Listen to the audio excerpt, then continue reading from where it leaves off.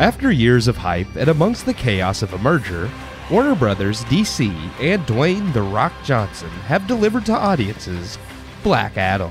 Long promised by The Rock as the new launching point for the DCEU, DC's cinematic universe begun by Zack Snyder, the DC film franchise has been a mess to say the least. With the misfires more common than hits, Warner Brothers' new owners and The Rock himself have promised a clear direction moving forward. Does Black Adam deliver on pleasing fans and audiences as promised, while setting up for a brighter future from DC?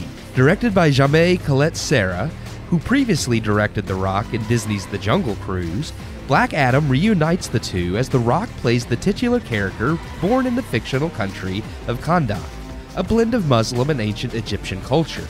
Kahndaq was once ruled by a tyrannical king. Selected as their champion of the time, the Council of Wizards bestow the powers of Shazam upon Black Adam, who uses them to depose the king, becoming entombed in the process. Present-day Kahndaq is controlled by Energang, a terrorist militia occupying the country. While looking for an artifact once created by the ancient king, a crown that can be used to unlock demonic power, a team of archaeologists release Black Adam from his tomb in an attempt to stop the militia from claiming said crown. Black Adam, initially reluctant to help, chooses to oppose Energang, dealing out his own view of justice.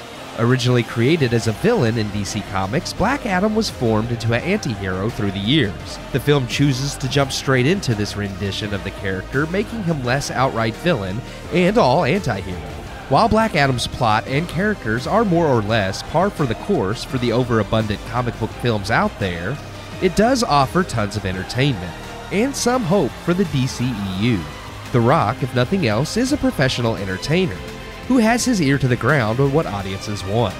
Love it or hate it, Black Adam will please mass audiences, evoking Snyder's darker and grittier take on heroes while balancing it with mostly well-done humor. Collet-Serra and The Rock maintain Black Adam as feeling organic to the Snyderverse while steering DC into new directions, weaving in plot threads and cameos from both Justice League-related characters and the Suicide Squad.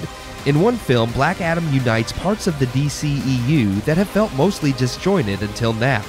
Likewise, the film raises serious questions about the nature of heroes and the role they play around the world. While it does not go too in-depth on these themes, the nature of an anti-hero and the morals that limit others are refreshing for a blockbuster comic book film. The Rock, as always, delivers a highly entertaining performance, with Pierce Brosnan as Dr. Fate also being a standout. The movie's plot is fairly straightforward, though I have a few gripes in how it builds. With a rocky start, the movie finds its footing in the middle only to lose it again at the end. With certain elements delivered at face value, such as Dr. Fate or the Justice Society's jet rising from the ground of a wealthy estate a la X-Men, some may accuse certain details of the film as ripping off Marvel, and could probably have used some fleshing out to make them feel more unique. Ultimately, Black Adam is not a bad way to course correct. It still could use some touching up, but despite some concerns that The Rock's ego would interfere with being faithful to the comics, he and director Collet-Serra deliver a film that's relatively faithful to the comics while introducing unfamiliar characters and elements to a wider audience. With an after-credits scene that teases a larger DC universe to come, it's easy to see why audiences love the movie. I give Black Adam 2.5 out of 4 stars.